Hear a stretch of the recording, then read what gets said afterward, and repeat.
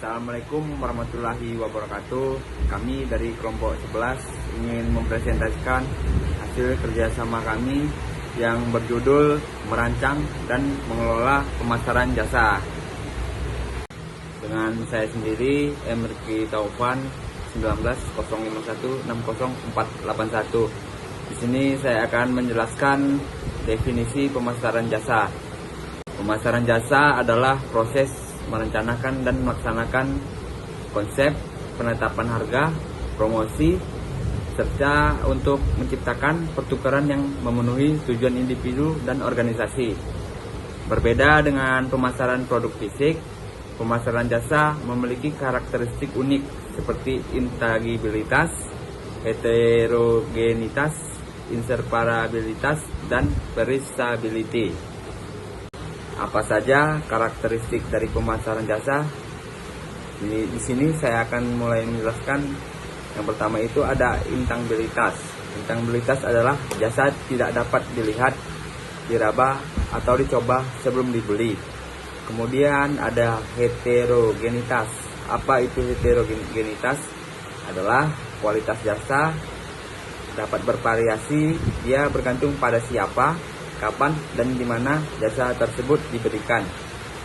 Kemudian yang ketiga ada inseparabilitas, yaitu jasa seringkali diproduksi dan dikonsumsi secara bersamaan, sehingga interaksi antara penyedia jasa dan pelanggan itu sangatlah penting. Kemudian yang keempat, yang terakhir, ada perishability. Apa itu perishability? Yaitu jasa tidak dapat disimpan. Jika tidak dijual pada waktu tertentu, mungkin kesempatannya akan hilang. Kemudian saya akan menjelaskan juga apa itu tujuan pemasaran jasa. Yang pertama itu dapat meningkatkan kesadaran merek. Yang kedua itu bisa membangun hubungan jangka panjang dengan pelanggan. Yang ketiga, memenuhi kebutuhan dan harapan pelanggan. Kemudian dapat menciptakan loyalitas pelanggan.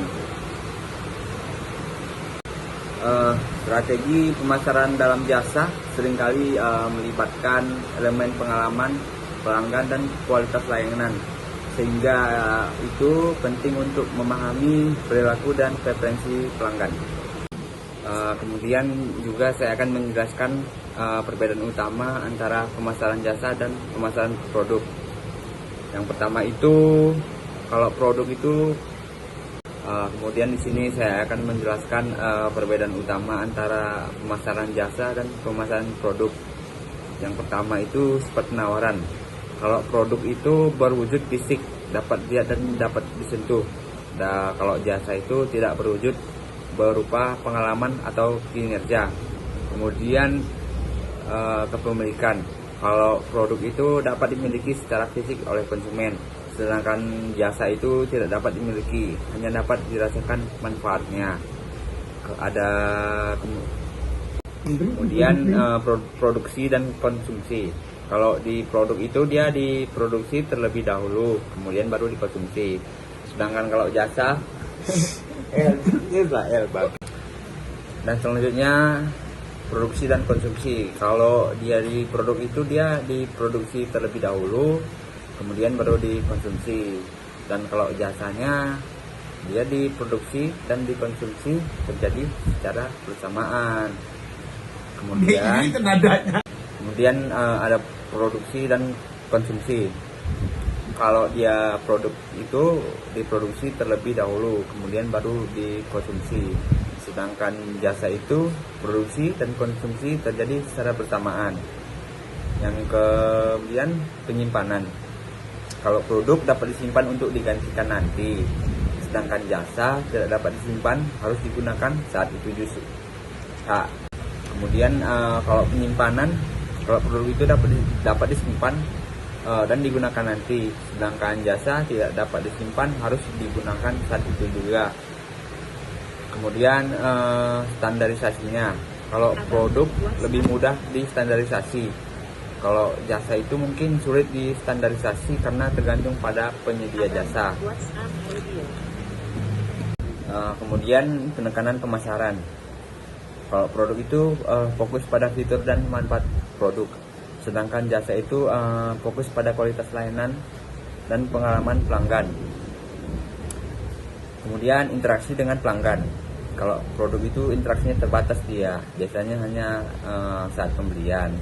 Kalau jasa interaksinya intensif selama proses penyampaian jasa. Dan ada kemudian pengukuran kualitas. Kalau produk itu lebih mudah diukur dia secara objektif, dan kalau jasa lebih subjektif dia, bergantung pada persepsi pelanggan. Selanjutnya pengelolaan permintaan. Kalau produk itu dapat mengelola permintaan dengan inventory, dan kalau jasa itu dia sulit ya untuk mengelola fluktuasi permintaannya gitu. Lalu yang terakhir itu strategi promosi. Kalau produk dapat mengandalkan tampilan visual produknya dia, sedangkan jasa lebih mengandalkan reputasi dan testimoni pelanggan. Assalamualaikum warahmatullahi wabarakatuh. Nama saya Redi Arif Nugraha, saya dari kelompok 11, NPM saya 2105160505. Di sini saya akan menjelaskan karakteristik dari pemasaran jasa yang terdiri dari 4, yaitu yang pertama ketidakberwujudan, yang kedua keterpisahan, yang ketiga variabilitas, yang keempat ada mudah rusak. Yang pertama, ketidakberwujudan adalah layanan yang pada dasarnya tidak berwujud, layanan yang tidak dapat dilihat, tidak dapat dicicipi, tidak dapat dirasakan, tidak dapat didengar, tidak dapat dicium sebelum dibeli. Hal ini menimbulkan tantangan bagi penyedia layanan untuk menyampaikan kualitas dan nilai kepada calon pelanggan.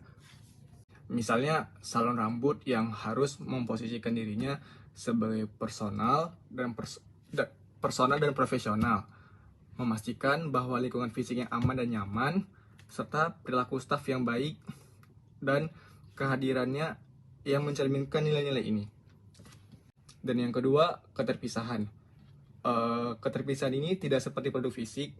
Layanannya itu seringkali diproduksi dan dikonsumsi secara bersamaan, sehingga mustahil untuk memisahkan layanan ini dari penyedia layanan. Ini berarti pengalaman pelanggan dengan layanan terkait langsung dengan interaksi mereka dengan staf dan lingkungan. Misalnya di tempat makan, restoran, memiliki kualitas layanan yang baik, suasana yang enak dan nyaman, serta lokasi yang strategis yang berkontribusi pada pengalaman bersantap secara keseluruhan. Dan yang ketiga, ada variabilitas. Kualitas layanan dapat sangat bervariasi, tergantung pada siapa yang menyediakannya, kapan, dan di mana. Variabilitas ini dapat menyebabkan pengalaman pelanggan yang tidak konsisten. Misalnya, kualitas layanan di perusahaan asuransi yang berbeda-beda, tergantung pada anggota staf yang menangani klaim, serta suasana hati, beban kerja, dan pendekatan individual mereka terhadap layanan pelanggan kepada konsumen. Yang terakhir, yang keempat adalah mudah rusak. Layanan ini tidak dapat disimpan untuk digunakan dalam jangka waktu nanti, serta layanan ini mudah rusak. Jika layanan tidak digunakan saat tersedia, maka peluangnya akan hilang. Misalnya nih, kamar hotel yang tidak dipesan pada malam tertentu tidak dapat dijual nantinya. Itulah sebabnya hotel menyesuaikan harga dan stafnya sesuai dengan pola permintaan konsumen. Assalamualaikum warahmatullahi wabarakatuh. Perkenalkan, nama saya Dwi Setiawan dengan NPM 2105160225. Di sini saya akan membacakan tentang merancang strategi pemasaran untuk jasa. Merancang strategi pemasaran untuk jasa memerlukan pendekatan yang berbeda dibandingkan pemasaran produk fisik karena sifatnya yang tidak berwujud. Berikut langkah-langkah untuk merancang pemasaran jasa secara efektif. Yang pertama, kenali target pasar.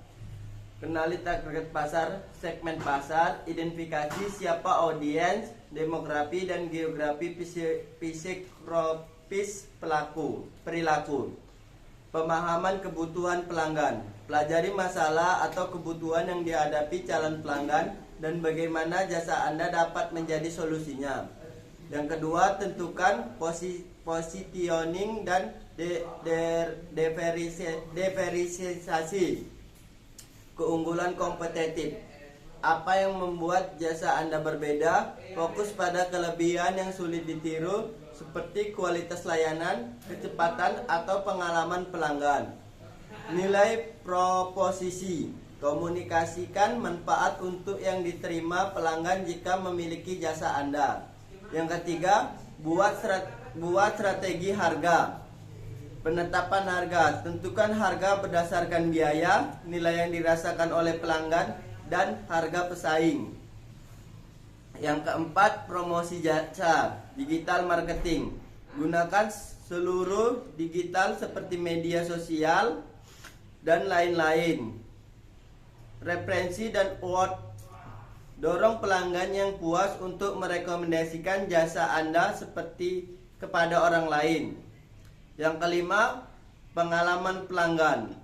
Pelayanan yang responsif. Pastikan komunikasi dengan pelanggan cepat dan jelas. Yang keenam, jaminan dan testimoni. Jaminan kualitas. Berikan garansi atau jaminan untuk keyakinan calon pelanggan, testimoni dan ulasan. Gunakan testimoni pelanggan yang puas untuk menarik pelanggan baru. Yang ketujuh, optimalkan saluran distribusi. Kolaborasi. Jalin kemitraan dengan pihak lain yang relevan, seperti perusahaan lain atau platform digital lainnya, untuk memperluas jangkauan pemasaran. Yang kedelapan, monitoring dan evaluasi. Analisis kinerja. Gunakan data seperti tingkat konversi, penyesuaian. Assalamualaikum warahmatullahi wabarakatuh. Saya Riki Subarja dari kelompok 11. Mengelola pemasaran jasa. Mengelola pemasaran jasa berarti merancang dan melaksanakan strategi untuk menarik, mempertahankan, dan membangun hubungan dengan pelanggan. Dalam bisnis jasa, pemasaran jasa berbeda dengan pemasaran produk karena sifatnya jasa yang tidak berwujud, tidak dapat disimpan, dan memerlukan interaksi langsung dengan pelanggan. Komponen utama pemasaran jasa. Bauran pemasaran ada 7P: produk, price, promotion, place, people, proses, serta physical evidence. Hubungan pelanggan. Membangun dan mempertahankan hubungan jangka panjang dengan pelanggan untuk menciptakan loyalitas. Contoh, layanan streaming musik seperti Spotify menggunakan pemasaran jasa dengan memberikan pengalaman personal melalui algoritma rekomendasi. Manajemen kualitas jasa. Manajemen kualitas jasa adalah proses untuk memastikan bahwa setiap interaksi layanan dengan pelanggan menghasilkan pengalaman yang memuaskan atau bahkan melebihi ekspektasi pelanggan. Karena jasa bersifat tidak berwujud, kualitasnya seringkali dinilai berdasarkan persepsi pelanggan. Pengukuran kualitas jasa umumnya menggunakan beberapa dimensi utama, seperti kendala atau sejauh mana jasa dapat diandalkan, tanggapan cepat atau responsivitas, jaminan atau kepercayaan yang diberikan kepada pelanggan, empati atau perhatian personal, dan bukti fisik atau elemen nyata yang mendukung jasa seperti fasilitas dan teknologi. Contoh, maskapai penerbangan seperti Garuda Indonesia mengukur kualitas layanan melalui survei pelanggan setelah penerbangan untuk memastikan pengalaman yang konsisten dari check-in hingga tiba di tujuan. Manajemen produktivitas. Manajemen produktivitas dalam konteks jasa bertujuan untuk meningkatkan efisiensi operasional sambil tetap menjaga kualitas layanan. Ini mencakup strategi untuk memaksimalkan penggunaan sumber daya, termasuk waktu, tenaga kerja, dan teknologi. Strategi peningkatan produktivitas. Otomatisasi proses. Menggunakan teknologi untuk mengotomatiskan tugas berulang dan memudahkan alur kerja. Contohnya penggunaan chatbot di website layanan pelanggan untuk menjawab pertanyaan umum. Pelatihan karyawan. Memberikan pelatihan yang tepat kepada karyawan untuk meningkatkan keterampilan dan efisiensi mereka. Misalnya pelatihan pelayanan pelanggan di restoran agar staf dapat memberikan layanan yang cepat dan ramah. Manajemen waktu. Mengoptimalkan alur kerja dan mengurangi waktu tunggu. Misalnya, penggunaan sistem reservasi untuk mengelola antrian di restoran. Pengukuran produktivitas. Menggunakan indikator kinerja seperti waktu penyelesaian layanan, jumlah pelanggan yang dilayani per jam, dan tingkat kepuasan pelanggan. Contoh, Starbucks meningkatkan produktivitas dengan menerapkan sistem pemesanan mobile, memungkinkan pelanggan untuk memesan dan membayar sebelum tiba di toko. yang mengurangi antrian dan meningkatkan kepuasan. Inovasi dan pengembangan jasa. Inovasi dalam jasa adalah proses penciptaan atau peningkatan layanan yang ditujukan untuk memenuhi kebutuhan pelanggan dengan cara yang lebih baik dan lebih efisien. Aspek inovasi. Pengembangan layanan baru. Menciptakan layanan baru yang memenuhi kebutuhan yang belum terpenuhi di pasar. Misalnya, layanan streaming yang memungkinkan pengguna menonton film dan acara TV secara online. Perbaikan proses. Meningkatkan cara penyampaian layanan untuk membuatnya lebih efisien dan ramah pelanggan. Contohnya, merampingkan proses pemesanan di restoran untuk mengurangi waktu tunggu. Penggunaan teknologi. Mengimplementasikan teknologi baru untuk meningkatkan pengalaman pelanggan, seperti aplikasi mobile untuk layanan pemesanan atau pembayaran. Proses inovasi. Identifikasi kebutuhan pelanggan melalui riset pasar, mengembangkan ide-ide baru, dan melakukan pengujian untuk menentukan efektivitasnya, mengimplementasikan dan meluncurkan layanan baru ke pasar dengan strategi pemasaran yang kuat. Contohnya, Gojek telah berinovasi dengan menambahkan berbagai layanan dalam satu aplikasi, seperti transportasi, pengiriman makanan atau GoFood, dan pembayaran digital atau GoPay untuk memenuhi beragam kebutuhan pelanggan dalam satu platform.